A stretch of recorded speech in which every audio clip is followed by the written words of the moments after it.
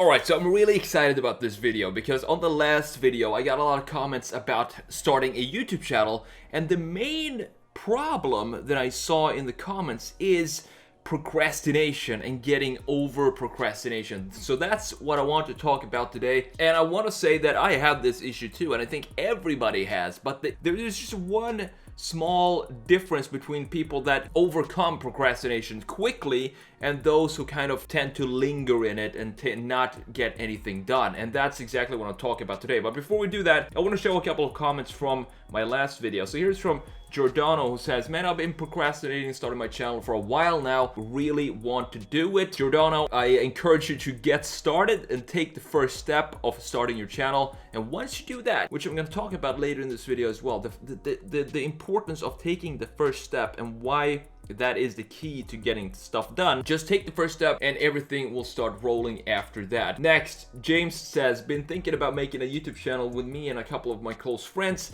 I gotta show this video to them." Thank you, James, for showing the video to them, and same thing there. I hope you get started with the channel as quickly as possible. After thinking so much, I mean years on the possibility of making a YouTube channel, this video gave me the inspiration to finally open it and start my YouTube career. Thank you so much. That's awesome to hear. That's exactly what I love to hear, and that's why I create this channel and why I make these videos right here. And then we have, "I've been thinking about this for 4 years," from Arian. Arian, I think after 4 years, it's either time to get going with it or you just let it go. It just takes up too much space and energy. So if you're going to start it, just start after 4 years, or if you just make the choice that you don't want to do it, then just let it go, because it doesn't make sense to just have it in the back of your mind for 4 years without doing anything about it. So now, before we go in and talking about how to literally kill procrastination, I want to go through a couple of more comments here that are more objections as to why you can't start a YouTube channel. Here's one. These are comments from my last video. "I have a lot of ideas and abilities to do a YouTube channel. Sadly, my voice is so high.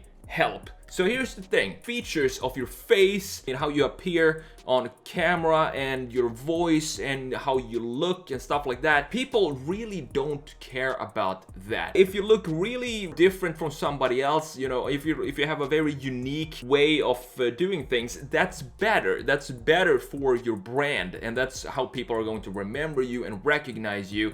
The more different you are in this space, the better. Now, I know that you might be afraid of all the trolls out there. Somebody might troll you, but if you get trolls, that means that you're doing something right, because that means that people are engaging with your comments. And hate comments, don't look at the hate comments like as hate comments. You want to look at hate comments as engagement on your video that helps the YouTube algorithm to actually show your video to more people, because you have more engagement on the video. That's how I think about every single nasty comment that I get on my videos, and that's how you should think about any comment that you get. Even if it's a good comment, take it as an engagement on the video, and the nasty comments the same. They're engaging with your video, so it's all good. Then don't worry about your voice being too high. Nobody cares. Get started with the channel if that's what you want, and don't care about stuff like this. John says, "It's interesting that you made a video about starting a channel. I recently had a conversation with my wife about making some videos, maybe just about my life in general. I can't draw, but I enjoy your videos." Yes, I started my YouTube as you know, drawing and stuff, but this is not related to drawing. Starting a YouTube channel, that's not what I'm talking about here. So you can make YouTube videos about literally anything you want. There are people making videos about opening up stuff. So take this old cracked phone here. They want to open up and see what's inside, and that gets like millions of views. And then you have people racing with a sim. I can't remember the name, but I enjoy his videos a lot because he knows how to drive in Forza 4, and it's really cool to see he's drifting and see the cars in the game, because now the graphics are so real that it looks real. And he doesn't even talk on the videos. He doesn't even show his face. All you can see are his hands on the steering wheel, which is a simulator, obviously, and the big screen of Forza 4. He just records himself driving around London and in the UK in Forza 4, and he gets millions of views as well. He makes a decent living doing that. So, I mean, you have to kind of come up with, there are so many ideas that you can come up with. You just write down what you like to do, and then you take those subjects and turn them into videos. And the best comment that I got here that I really want to talk about is this is from Kyle. He says, "I mean, you need some sort of talent to start a YouTube channel. So I'm out." Well, first of all, You know, if you're set to find problems everywhere you go, that's exactly what you're going to find. If you're set mentally to find solutions wherever you go or whatever you want to do, you're going to find a lot of solutions. It's all about how you view things and your mentality and your mindset towards what it is you want to do. For example, having a talent to start a YouTube channel, you don't need a talent to start a YouTube channel. What you can do if you have absolutely zero talent in anything, which if that's you, that means that you're dead. But if you feel like this, yet you don't have any talent to start a YouTube channel, what you can do is you can start a channel making a top five highest mountains in Europe, top 5 fastest cars in the world, and stuff like that. You can make a top 5, top 10 list, and then you can just compile videos of those things that you're making a top 5 list of, and make videos like that. And top 5 and top 10 lists like that, they get a lot of views if you just keep it up. In the beginning, you're not gonna see a lot of views at all, but if you keep it up, then the YouTube algorithm is gonna pick it up. Google search is gonna pick it up after a while, after a year or so. But the thing is to keep it up, and you don't really need any talent at all. You can learn to do Adobe Premiere or whatever software, editing software you use. You can learn that in an afternoon, and then you just take the videos, compile your own top 5 list of whatever top 5 list you're doing, and you can come up with thousands of these top 5 lists, so you have endless of content to create. So having talent, that means that you've only looked at a certain type of YouTube channels where the people have a lot of talent, and you haven't really looked at videos like the top 5 or top 10 videos, which literally requires zero talent at all. You don't even have to talk in it. You can write out all the facts about every single item in your list. You can write it out as a caption down below, and that's how you can make videos on YouTube and create a living on YouTube as well. So basically, generally, what I want to try to do here is to just break down those mental barriers that I know a lot of you have, and that I had as well when I started out doing this stuff. So now I want to talk about how do you stop procrastinating if you lay on the couch, you're scrolling through the stupid social media, Instagram and Facebook and all of that. You feel like you get this instant happiness or instant gratifications when you get likes and stuff. But really, when you're done with that, you don't really feel any more fulfilled, and you kind of feel the opposite. You feel like you wasted a ton of time. So that's what we want to stop here. So the key to getting over procrastination, stop doing that, is to identify, first of all, what is it that you want to do? What is the task, the specific task that you want to do?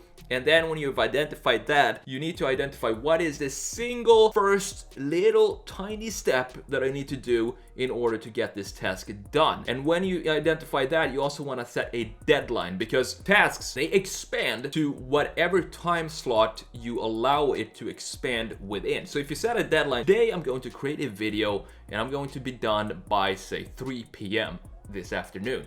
And then you will be done by 3 p.m. But if you set a deadline and you say that you're going to be done by 5 p.m., then you will be done by 5 p.m. It all depends on your deadlines and how focused you can be on finishing those tasks. So, for example, if you plan on going out for a run, for example, and you've been watching a movie, laying down on the couch, and how you feel sleepy or something, you feel a little lazy, you don't really want to do it, what is the first thing that you need to do in order to get the run done? You need to get up from the couch. That is the absolute first step. But if it's the first step related to the running specifically, is go and put your running shoes on your feet. And once you've done that, it's like, procrastination is funny because 95% of the effort of getting the task done is within that first step, that first initial step, like putting on your running shoes. That is 95% of the effort of getting the task done. It's like you're pushing and pushing towards a door, and then all of a sudden it opens up and you can't stop yourself because now you have the momentum, so you're almost falling over after that first step is done. And that's what happens with every single task that you want to do. The key here is to get that first little step done without even thinking about it. The option of not doing the first step shouldn't exist in your mind. You just go and do the first step, because now You're standing there in the hallway with the shoes on, and it would be stupid to go back, take off the shoes, and go back to the couch. Nobody really, it just doesn't make sense to do that, because now you're all ready to go run. The first step is already done, so just get out the door, get the run done. So the keys to killing procrastination is to first of all identify the task and identify what the first step is related to the task, and then get that done as fast as possible. I can't stress that enough. And then second part is to set a deadline when you need to have this task done. Now there is a third component to this as well. It's these videos, they are not for everybody. I know some people are content with just not doing a lot of things and just relaxing a lot, and you know, these videos are not for you. These videos are for you who know that you want to do more, you have more to give, and that's the reason why the third component to getting procrastination, to stop procrastinating, is to figure out why are you doing all this? What's the purpose of doing all this? Is it for better your own situation? Do you have a family that you want to take care of and you want to get to another level in life and you need to do these things in order to get to that point? Or what is it that makes you want to do this? Because if you don't have a strong enough reason why you want to get started with something, you're not going to follow through. You're going to quit after a while when you don't see the result in the beginning. It's not going to be fun anymore, and you're not going to feel like wanting to do it. And that's when this important why comes in. The why will either push you further and above that point of giving up when it gets tough, or if the why is not strong enough, you're just gonna go back to your old ways and not really get anything more done. For me, for example, I want to give you an example of when I graduated from my master's degree in Italy and I flew back home to Sweden. I worked a little bit in Switzerland after that, then I flew back to Sweden and lived with my brother in his one-bedroom apartment. I was applying every single day.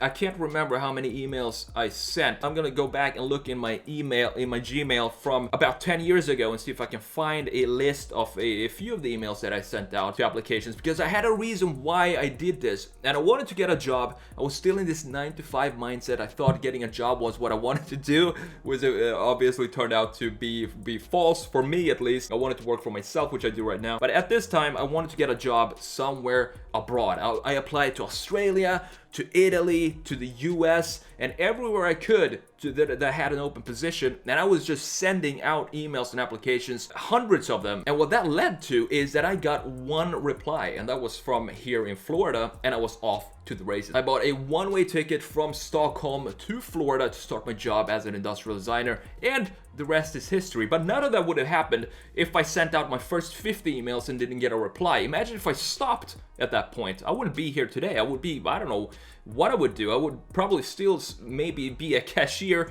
in the local grocery store in the suburb of Stockholm where I was living with my big brother at the time. I doubt it, and there's nothing wrong with being a cashier, but that's just wasn't what I wanted to do at the time. So that's what kept me going after those 50 first email without any replies. It just continue until you get the result that you want. I hope this video was useful to you and it was helpful. The next videos, I want to talk about some really practical things that you can do today using the skills you already have. So whatever skill or hobby or passion that you have, I want to show you how you can take those, just like I did, and put them online in a small little tiny course, and how that can generate income for you online on a monthly basis, 100% passively. So if you're interested in seeing that, I encourage you to subscribe to this channel. And if you enjoyed this video right here, give it a like. It really means a lot to me. And of course, it means even more to the YouTube algorithm. So make sure you do that. I hope to see you in the next one. Thank you so much for watching. I'm the Sketch Monkey. Take care.